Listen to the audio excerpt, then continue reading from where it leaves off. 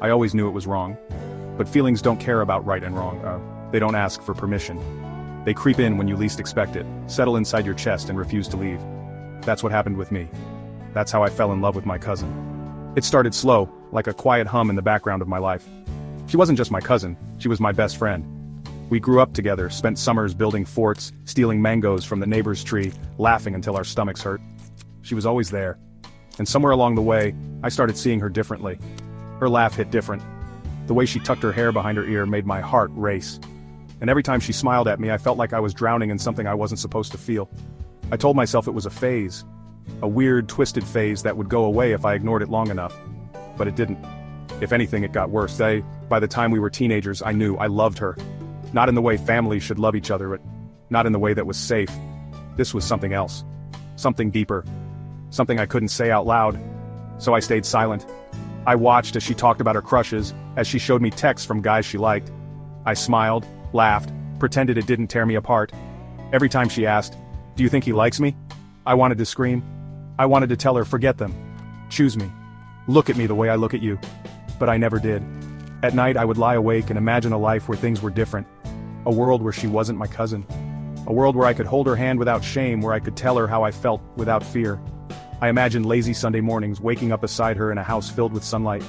She'd be in the kitchen wearing one of my shirts, humming a song while making tea. I'd come up behind her, wrap my arms around her waist, press my lips against her neck, and she'd laugh.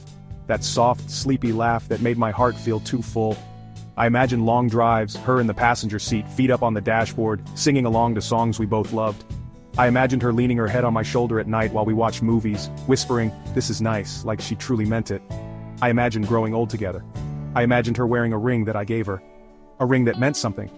A ring that wasn't just a symbol of family, but of love. Of our love. I pictured her standing at the end of an aisle wearing white, looking at me the way she was supposed to look at someone else. But those were just dreams. Because in reality she was my cousin. In reality I was nothing more than family to her. There were times when the weight of it got too heavy. I remember sitting in the living room once watching her dad, my uncle, sip his evening tea. He was always kind to me, always treated me like a son. He'd talk to me about school, life, ask if I had a girlfriend yet. That night I almost said it. I don't know why. Maybe I thought if I told him he'd tell me it was okay. Maybe I thought he'd laugh and say, "You know, in some cultures, cousins marry. It's not that weird." But as I opened my mouth, my throat tightened. I imagined his face changing and I imagined his voice hardening as he said, "She's your family." How could you even think that? I imagined him telling my parents, telling her. I imagined losing everything. So I swallowed it back down and forced a smile. "No girlfriend yet, Uncle. Just focusing on studies." He chuckled, nodding. Good, good. Girls can wait." If only he knew. It was the last night of summer break. We were on the terrace of our grandparents' house, sitting under the stars like we always did. She was lying on her back, staring at the sky. I was beside her, but I wasn't looking at the stars. I was looking at her. "Do you think we'll always be close?" she asked, her voice soft. "Of course," I said. She turned her head, met my eyes, and for a second I swore the air around us shifted. It was the way the moonlight traced her face, the way her lips parted slightly, the way the night felt endless. It was the way my heart pounded so hard, I thought she could hear it. I leaned in. Just a little. Just enough to feel her breath mix with mine. For a moment I let myself believe it could happen. For a moment I let myself believe she felt the same. But then she laughed, soft, unknowing, innocent, and turned away. "You're such a good cousin," she said. "I hope my future boyfriend is as sweet as you." I pulled back, my face burning, my stomach twisting. "Yeah," I whispered. "Me too." It was late. We were sitting on the terrace again. She was talking about some guy from college, some guy she really liked. And I don't know what came over me. Maybe it was jealousy. Maybe it was years of silence weighing too heavy on my chest. Or maybe I just wasn't meant to keep this secret forever.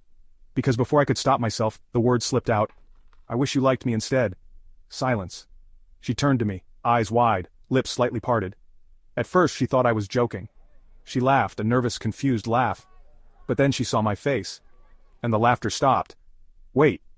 What?" I wanted to take it back. To rewind time, erase those words, shove them back down my throat where they belonged. But it was too late. The look in her eyes.